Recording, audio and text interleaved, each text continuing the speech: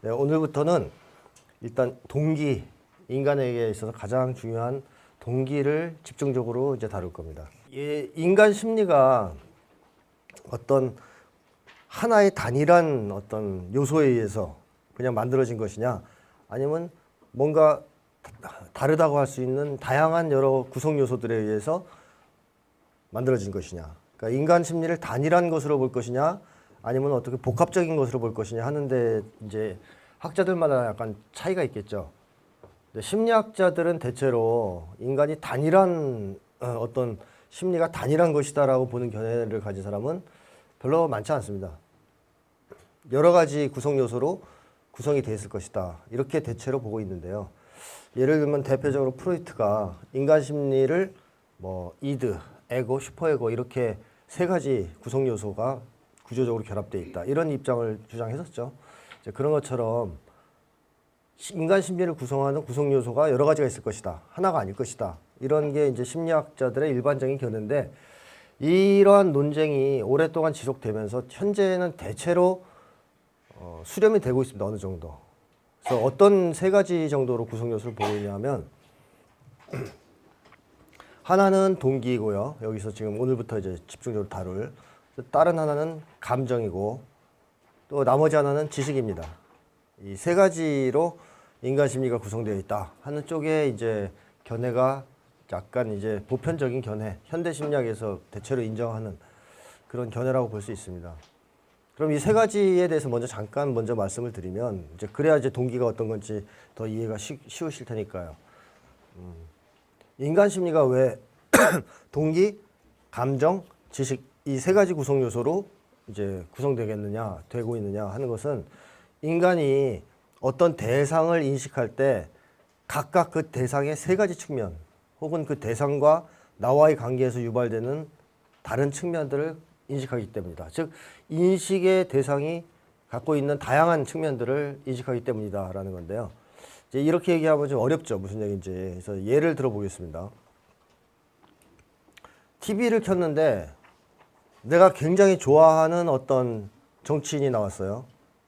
요즘에 그런 분들 많을 건데 좋아하는 정치인이 등장했어요. 그러면 우리가 그 정치인이 나온 장면 TV를 볼 때 세 가지 측면을 인식하는데, 하나는 그 정치인의 얼굴 표정, 하는 말, 뭐 옷차림, 뭐 이런 것들이 들어오겠죠, 우리 머릿속에.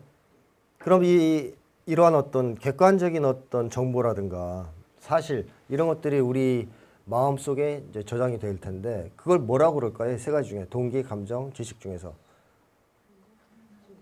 지식입니다. 지식. 그래서 여기서 오늘 강의를 들을 때 제가 하는 말들이 다 또 머릿속에 들어올 거 아니에요. 다 지식이에요. 우리가 학교에서 책 읽을 때 들어온 건 다 지식입니다. 그러니까 인간은 지식을 습득해서 살아가는 존재라고 해도 과언이 아닐 정도로 지속적으로 지식을 습득하죠. 그래서 우리 마음속에서 양적으로 보면 지식이 굉장히 크다고 볼 수 있어요. 근데 텔레비를 보면서 그 정치인을 볼 때 지식만 들어오는 게 아닙니다. 이런 게 있죠. 하나는 기분이 어떨 것 같아요? 마음의 신체적 반응 같은 게 있을까요? 내가 아주 좋아하는 정치인이 나왔기 때문에 흥분되겠죠. 약간 심장도 좀 빨리 뛰고 얼굴도 상기되고 호흡도 가빠지고 막, 그죠? 땀도 나고 막 이럴 수도 있죠. 그러한 신체적 변화가 발생할 때 그거를 인식하겠습니까? 안 하겠습니까? 하죠. 내 몸에서 일어나는 변화니까. 그게 뭘까요? 세 개 중에 감정입니다. 예. 그러니까 사람은 어떤 대상을 인식할 때 지식만 들어오는 게 아니에요. 머릿속에 감정도 들어옵니다. 감정도 체험해요. 그 순간. 물론 대상에 따라 감정 체험이 좀 강할 수 있고 약할 수는 있지만 일단 신체적 변화가 있습니다. 그리고 그거를 인식해요. 그게 감정이고, 그 다음에 세 번째로 그 장면, 내가 좋아하는 정치인이 나온 장면을 봤을 때 그걸 보고 있는 나와 그 TV 사이에 어떤 관계가 형성되고, 내가 그 TV 프로와 관련해서 어떤 요구 같은 게 생길 수 있죠. 원하는 게. 이제 영어로 얘기하면 원트죠, 원트. 원하는 게 생길 수 있어요. 예를 들면 오랫동안 출연해라. 그리고 애가 옆에서 뛰고 있으면 너 채널 돌리면 가만 안 두겠다. 뭐 등등 원하는 게 생기겠죠. 그것도 인식할까요? 예, 뭐 당신이 훌륭한 정치인으로 성공하길 기원한다 등등 내가 원트가 나한테 인식됩니다. 그게 뭘까요? 그게 동기입니다. 예. 그러니까 사람이 어떤 대상을 인식할 때 이 세 측면을 동시에 다 인식해요. 자기는 잘 몰라도. 그래서 내가 갖고 있는 원하는 것도 인식하고 내 신체적 변화도 인식하고 또 그 대상 자체가 주는 정보도 인식합니다. 그래서 인간 심리가 세 가지로 구성이 되는 겁니다. 대체로. 이 세 가지가 이제 인간 심리를 구성하는 3대 구성 요소다. 이렇게 말씀드릴 수 있는데, 자, 이런 맥락에서 보자면 사실상 그 정신분석학은 이러한 입장, 즉 정신이 일정한 구조를 가지고 있다. 즉 구성 요소들이 있고 이것들이 특정한 체계를 가지고 구성되어 있다라는 입장을 가지고 있는 학문입니다. 이제 프로이트가 이제 그걸 사실 주장을 했었죠. 그래서 이제 영어로는 퍼스널리티라고 쓰는데 이것을 성격으로 번역하기도 하고 한국의 심리학계에서는 또 인격으로 번역하기도 하는데요. 저는 일단은 인격으로 쓸 생각입니다. 여기 지금 성격이라고 잘못 써놨는데 교재를 잘 못 만든 거고요. 뒤에 가면 또 다음 페이지엔 또 인격으로 써 있어요. 그래가지고 인격으로 쓰려는 게 왜 그러냐면 에릭 프롬은 뒤에 또 나름대로 캐릭터라는 말을 써요. 그걸 번역할 때 그걸 성격으로 번역하거든요. 그럼 이걸 성격으로 번역하면 둘이 똑같아지니까 뭐 그런 점에서도 일단 헷갈리지 않기 위해서라도 캐릭터는 성격, 퍼스널리티는 인격 뭐 이렇게 이제 편의상 쓸 생각입니다. 어쨌든 뭐 성격으로 번역한다 해서 틀렸다 이렇게 얘기할 수는 없겠고 그건 이제 근데 어쨌든 정신분석학은 이 인격을 중심에 놓는 즉 정신구조를 중심에 놓는 이론이에요. 그래서 왜 이 정신구조를 중요하게 봤느냐 과거부터 정신분석 쪽에서 인간 심리를 이해하려면 사람이 갖고 있는 부분적인 특성을 알아서는 인간 심리를 정확하게 이해할 수 없다고 봤어요. 그 사람의 전체적인 인격 구조, 정신 구조를 정확하게 이해해야만 그 사람이 정말 어떤 심리를 갖고 있느냐를 제대로 이해할 수 있다고 봤습니다. 즉 사람의 사고와 행동을 기본적으로 좌우하는 것은 전체 인격이라는 거죠. 인격의 한 구성 요소가 아니고 전체 인격이 그 사람의 사고와 행동을 기본적으로 규정한다고 본 것이죠. 그래서 에릭 프롬도 이제 이런 얘기를 했습니다. 인간은 그 인격에 의해 일정한 방식으로 행위하고 생각하려고 하는 동기를 갖는 동시에 그렇게 했다는 사실 때문에 만족하는 것이다. 뭐 이런 식으로 인간의 행동, 사고 이런 것들이 전체 인격에 의해서 좌우된다라는 이제 얘기를 했습니다. 그래서 이 얘기는 뒤에 이제 쭉 내용을 이제 따라오시면 금방 이해가 될 겁니다. 무슨 얘기를 하는지는. 자, 그래서 인격 이론, 즉 퍼스널리티 이론이라는 것이 도대체 뭘까 하는 건데요. 이 인격 이론의 핵심적인 내용은 두 가지라고 볼 수 있어요. 하나는 구조적 관점입니다. 인간 심리에 대한 구조적 관점. 즉 인간 심리가 구성 요소들이 특정한 체계를 가지고 엮여져 있다, 연관되어 있다라는 이런 구조적으로 인간 심리를 이해하는 관점이 바로 인격 이론이고요. 그래서 이제 이런 말도 쓰는 거죠. 인격은 체계다. 뭐 이런 말도 쓰는 겁니다.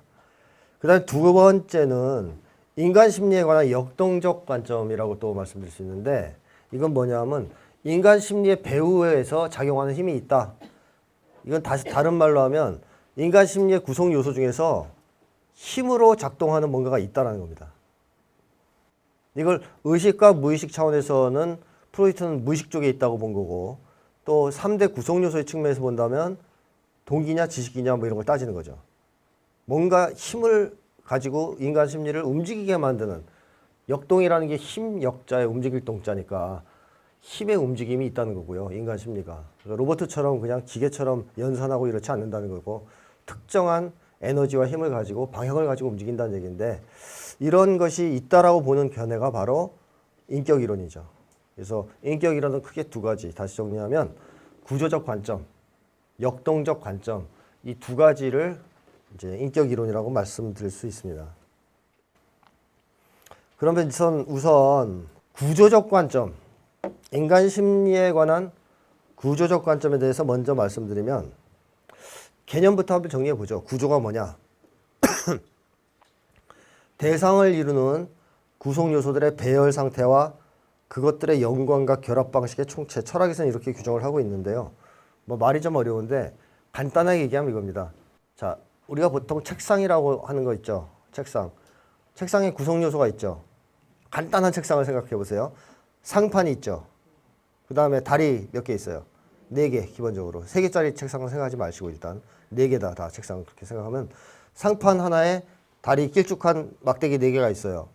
자, 이 4개의 구성 요소가 무질서하게 연관돼 있어요? 아니면 질서가 있어요? 질서가 있죠.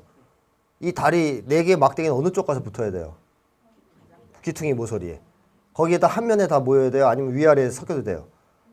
한쪽에 다 4개가 귀퉁이에 서서 붙어야 되죠. 그래야 책상이 되죠. 이런 식인 거죠. 즉 배열 상태와 연관과 결합 방식이 있다는 겁니다.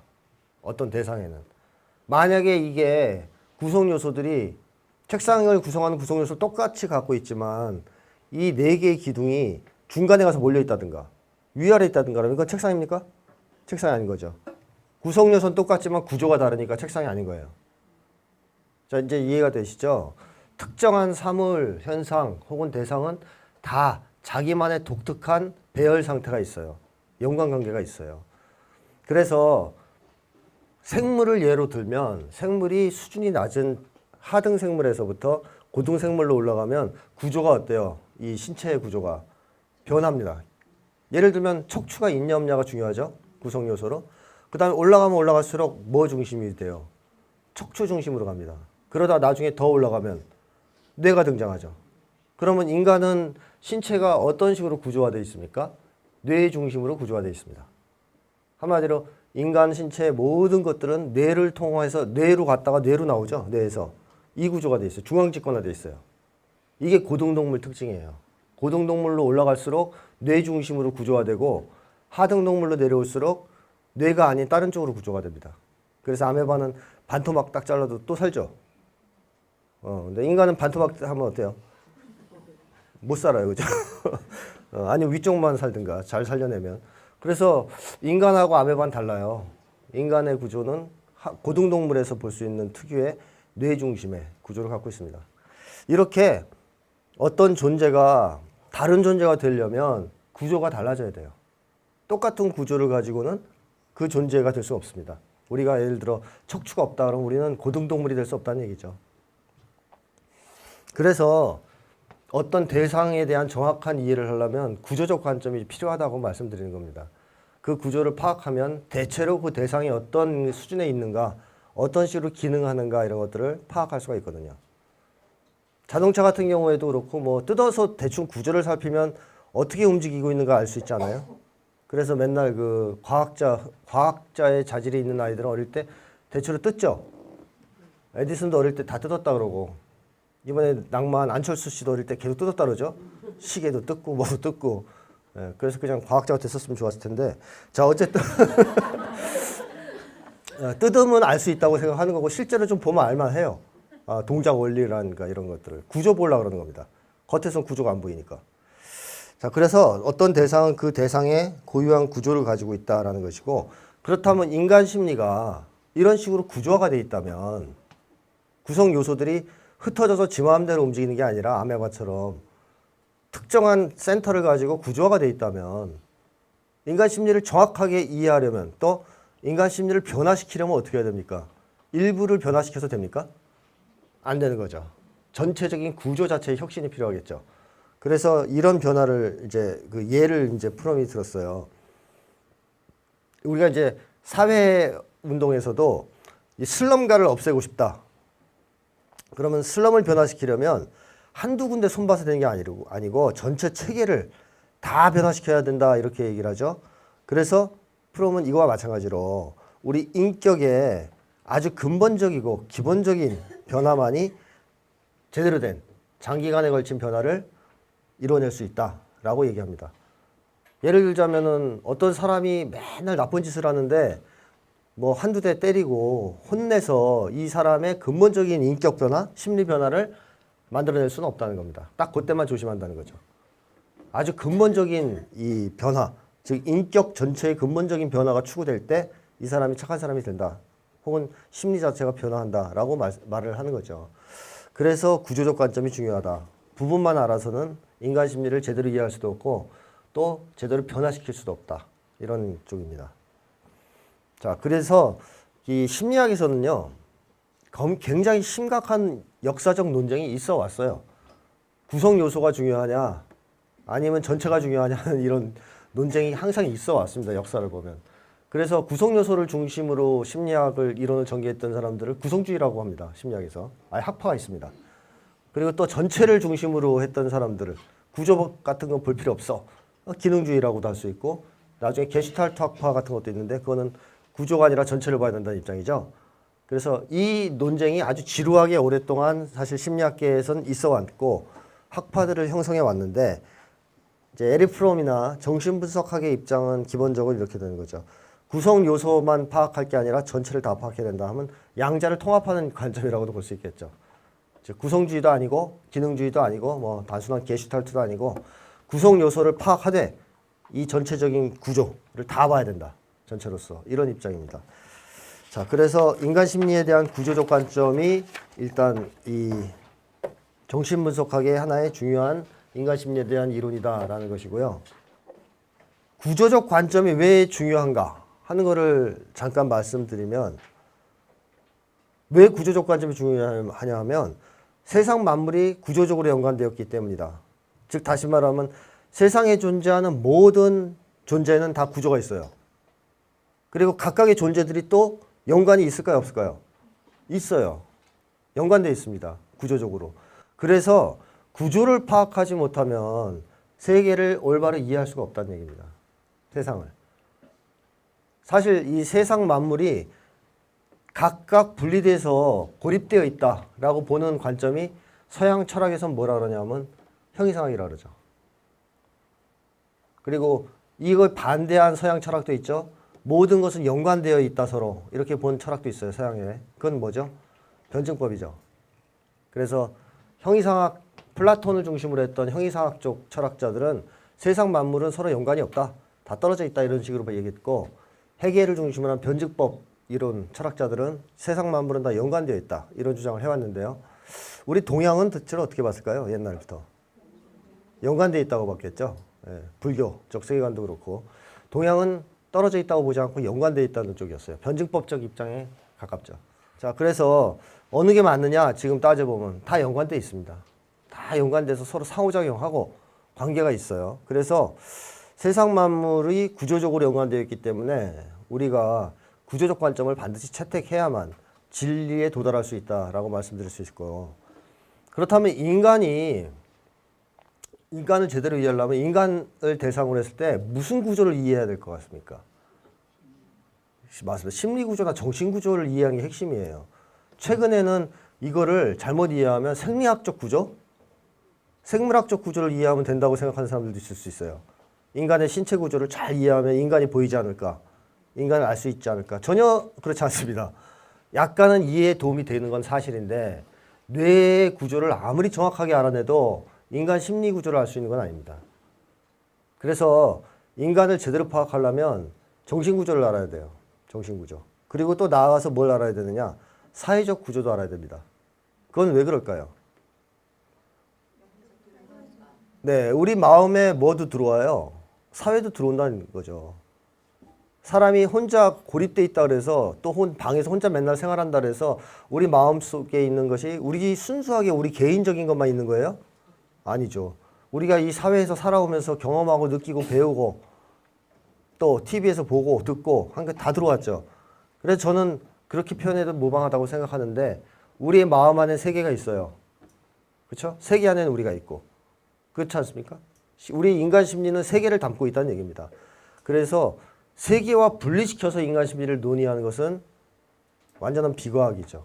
잘못된 견해죠. 그래서 사회적 구조도 알아야 됩니다. 사회적으로 구조가 어떻게 되어 있는지를 잘 알아야 그게 어떻게 인간 심리와 연관이 되고 인간 심리에 영향을 미치고 이런 걸 파악할 수 있고 그래서 인간 심리의 기본적인 내용들을 밝혀낼 수 있기 때문에 이제 구조적 관점이라 그러면 정신 구조를 파악하는 것과 동시에 사실은 확장돼서 사회적 구조까지 파악하는 거로 이제 나아가야 된다. 이제 에릭 프롬이 이런 얘기를 이제 상당히 강조했죠. 자, 그다음에 구조적 관점이 중요한 두 번째 이유는 이렇게 봐야 인간 심리를 통합적으로 전체적으로 볼 수가 있기 때문입니다. 뭐 이 내용은 옛날에 구성주의 쪽은 보통 구성 요소를 찾는 쪽에 많이 관심이 많았는데 그거 다 찾아도 전체를 모르는 경우가 많아요. 그래서 게슈탈트 쪽에서는 이런 얘기를 했죠. 전체는 부분의 단순한 합이 아니다 라고 얘기했습니다. 무슨 얘기냐 이게 이제 간단하게 말씀드리면 그 부분이 합쳐진다고 해서 전체의 성질이 나오지 않는다는 것은 H2O가 물이죠. H에 대해서 알고 있어요 우리가. 그리고 O에 대해서도 알고 있어요. 그러면 물의 성질을 알 수 있어요? 불을 끄는 물의 성질을 우리가 파악할 수 있어요? 안 되죠. 그러니까 H하고 O하고 이 특정한 방식으로 결합이 되고 나니까 구조적으로 연관이 되고 나니까 얘가 부분은 절대로 갖고 있지 않던 특이한 성질을 드러내죠. 불을 끄는. 이건 뭐냐? 부분은 전체는 단순한 부분의 합이 아니라는 거죠. 질적으로 다르다는 겁니다. 이제 아주 단순한 예를 들자면. 그래서 부분을 아무리 뜯어서 구성 요소들을 다 알아서 파악해도 전체의 특징, 성질 이런 거는 모를 수 있다는 거죠. 그래서 인간 심리를 통합적 전체적으로 보는 관점이 대단히 중요하다고 말씀드릴 수 있습니다. 자, 지금까지 이제 말씀드린 것이 인간 심리를 구조적 관점으로 봐야 된다. 이게 이제 정신분석학 혹은 이제 프롬의 입장이다라고 말씀드릴 수 있고, 두 번째로 이 인격 이론은 인간 심리에 관한 역동적 관점이라고 이제 말씀드릴 수 있는데, 그러니까 인간 심리가 그냥 계산기나 뭐 이런 거 움직이듯이 그냥 아무런 힘이나 에너지 없이 방향 없이 그냥 막 움직이는 그런 게 아니라는 거죠. 기계적으로 힘이 있다는 거죠. 힘의 흐름이 있다는 겁니다. 힘의 움직임이 있다. 이렇게 이제 보는 게 역동적 관점인데요. 자, 이 역동적 관점, 다시 말하면 인간의 지식이라든가 말하고 행동하는 뒤에 움직이는 어떤 강력한 배우적 힘이 있다라고 보는 게 이제 프로이트의 주장이었는데, 이걸 파악하는 것이 인간 심리를 이해하는 데서 결정적으로 중요하다고 보는 게 바로 이제 역동적 관점입니다. 그럼 프로이트는 이 배후에서 작용하는 힘을 뭘로 봤어요? 성욕이나 이제 동물적 본능으로 봤죠. 그래서 인간이 아무리 잘난 척하고 똑똑한 척해도 사실은 짐승의 힘이 우리 뒤에서 작용하고 있다. 이게 프로이트주의의 사실 뭐 핵심이죠. 그래서 남자들이 뭐 아무리 잘난 척해도 사실은 다 여자들 환심 살려고 그런다. 이런 식의 얘기를 프로이트는 했어요. 자, 이게 이제 프로이트의 주장이고, 마르크스 같으면 이 힘을 뭘로 받겠습니까? 사회적, 경제적인 힘, 즉 역사적 힘으로 봤죠. 그러니까 어떤 인간이 어떤 행동을 할 때 자기는 의식하지 못하지만 배후에서 물질적 조건이나 경제적 조건들이 영향을 미쳐서 그 행동을 하게 만든다라는 것입니다.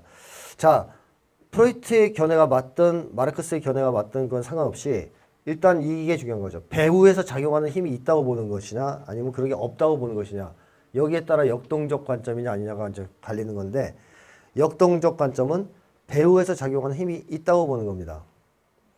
자, 예를 들면 이런 거죠. 배후에서 작용하는 힘은 눈에 잘 안 띄어요. 이건 어떻게 보면 속마음이라고도 할 수 있는데요. 아주 통속적으로 표현하면 속마음이 겉으로 확확 드러나요? 안 드러납니다. 그래서 사람들이 또 속마음을 잘 표현도 안 해요. 그죠? 어떤 애가 이제 놀이동산 가기로 한 약속을 엄마가 어겼어요. 일요일 날. 그러니까 이제 화가 났어요. 근데 이제 그 얘기는 하기가 좀 뭐하고, 엄마도 사정이 있는 것 같으니까 불쌍하기도 하고 하니까 그 얘기는 안 하고 밥을 안 먹어요. 막 밥 먹자 먹려는데 싫다는 거예요. 오늘 식욕이 없고 기분도 안 좋고 막 토할 것 같고 안 먹어요. 자, 이 아이가 밥을 안 먹는 진짜 이유는 뭐예요? 놀이동산을 못 간 것에서 화난 거죠. 이게 배우의 힘이죠.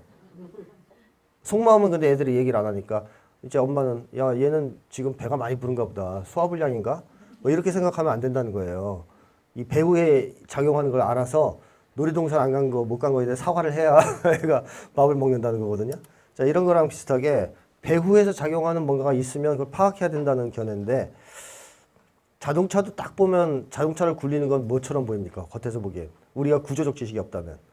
바퀴같이 보이죠. 바퀴가 막 도니까. 근데 실제로 바퀴를 돌리는 힘은 어디에 있어요? 숨어 있죠. 차체 안에. 엔진입니다. 구조를 모르는 사람은 이거 몰라요. 그냥 바퀴가 차를 움직이게 하는 줄 알아요.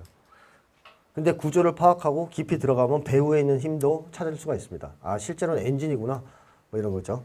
그래서 사람의 배후에서 작용하는 힘을 어디에서 찾는 게 일반적이냐? 무의식 쪽에서 찾는 게 일반적이라는 얘기입니다. 왜? 밖으로 잘 드러나지 않으니까. 사람들이 밖으로 잘 드러내지 않으니까.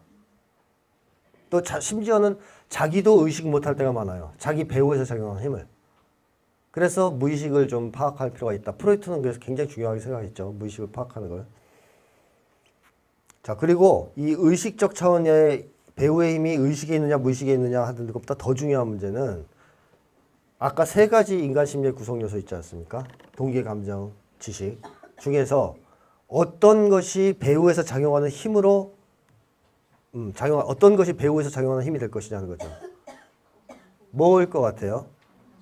감정, 또 동기, 네, 지식이라고 생각하시는 분 없어요? 없으시네요. 제가 밑밥을 잘 깔아놨나 봐요. 맞습니다. 기본적으로 이 두 가지가 맞아요. 동기와 감정이 이 배후에서 작용하는 힘인데요. 왜 이 두 가지가 배후에서 작용하는 힘이냐 하면 이 생명체는 기본적으로 동기에 의해서 움직이는 존재입니다. 생명체와 비생명체의 차이는 뭐예요? 동기가 있냐 없냐의 차이가 있어요. 비생명체는 동기가 없죠? 컴퓨터에 무슨 동기가 있어요? 컴퓨터가 출세하려고 그래요? 컴퓨터가 뭐 공부 잘하고 싶어요? 없어요, 동기가. 생명체는 근데 동기가 있습니까? 있어요. 없으면 우린 죽어요.